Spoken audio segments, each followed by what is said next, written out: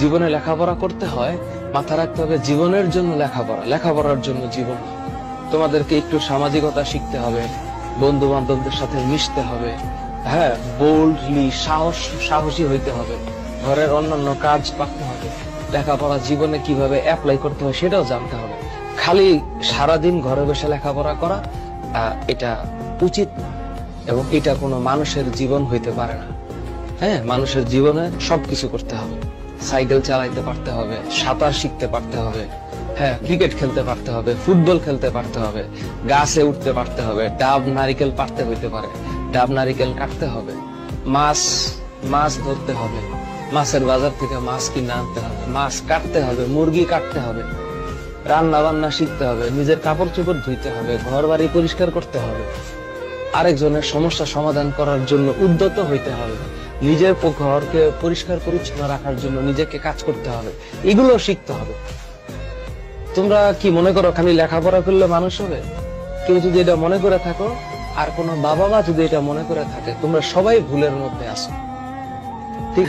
বাবা মার কাছে আমার অনুরোধ থাকবে, আপনার সন্তানকে আপনারা নিজে হতাশ করবেন না, আপনারা নিজেরা হতাশ করবেন না, এটা আপনাদের কাছে আমার অনুরোধ থাকবে।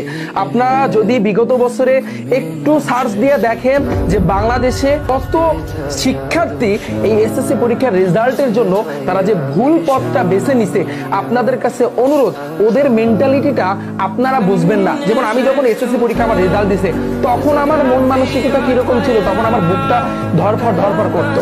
আমি নিজের কথা কিন্তু বুঝছি, ওদের প্রত্যেকের অবস্থা কিন্তু এখন এইরকম। তো অনুরোধ থাকবে আপনাদের কাছে, অভিভাবকদের কাছে অনুরোধ থাকবে, ওদেরকে সাহস দিন, ওদেরকে সাহস যোগান। ওদের যদি একটু খারাপ হয় আপনারা বলবেন যে বাবা তুমি সামনে ভালো করতে পারবা, কিন্তু বলতে পারেন যে একটু যদি ভালো করে যদি পড়ালেখা করতে, তাহলে আজকে এই রেজাল্টটা। কিন্তু ও তো চেষ্টা করছে, ও তো ওর সর্বোচ্চটা দিয়ে চেষ্টা করছে, সবাই কিন্তু চেষ্টা করে। যেমন আমি একটু উদাহরণ দিই, বিশ্ববিদ্যালয় মানে হচ্ছে চান্স পাওয়ার জন্য সবাই কিন্তু চেষ্টা করে, কিন্তু তার ভিতরে কয়েক হাজার শিক্ষার্থী বিশ্ববিদ্যালয়ে ভর্তি হতে পারে। একটা সরকারি জবের জন্য, সরকারি চাকরির জন্য 4 লাখ 5 লাখ কিন্তু আবেদন করে, সেখান থেকে কয়জন নেয়, কয়জন বিসিএস এ দেখতে পারে? তো সবাই কিন্তু চেষ্টা করে। তো অনুরোধ থাকবে, আপনার সন্তানও কিন্তু চেষ্টা করছে, কিন্তু এখন একটুর জন্য হয়তো বা ওর এই ক্লাসটা মিস হয়েছে, বা ও কোনো কারণবশত ওর ফেল আসছে, তো এখন ওকে কোনোভাবে মেন্টালি ভাবে ওকে প্রেশার দিবেন না।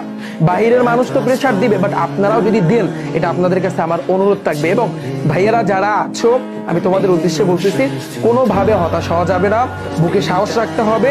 এবং একটা জিনিস মাথায় রাখবা, তোমার এই রেজাল্টটা না বেশি না, 3 থেকে 4 দিন মানুষ, আশেপাশে মানুষ কিন্তু বলা বলি করবে, এরপর দেখবে একটা পর্যায়ে থাইমে গেছে। তোমার দিন শেষে দেখবে তুমি কোন লেভেলে গেছো পড়াশোনা কইরা, তুমি কি চাকরি করো, তুমি কয় টাকা কামাও, এটাই কিন্তু দেখবে।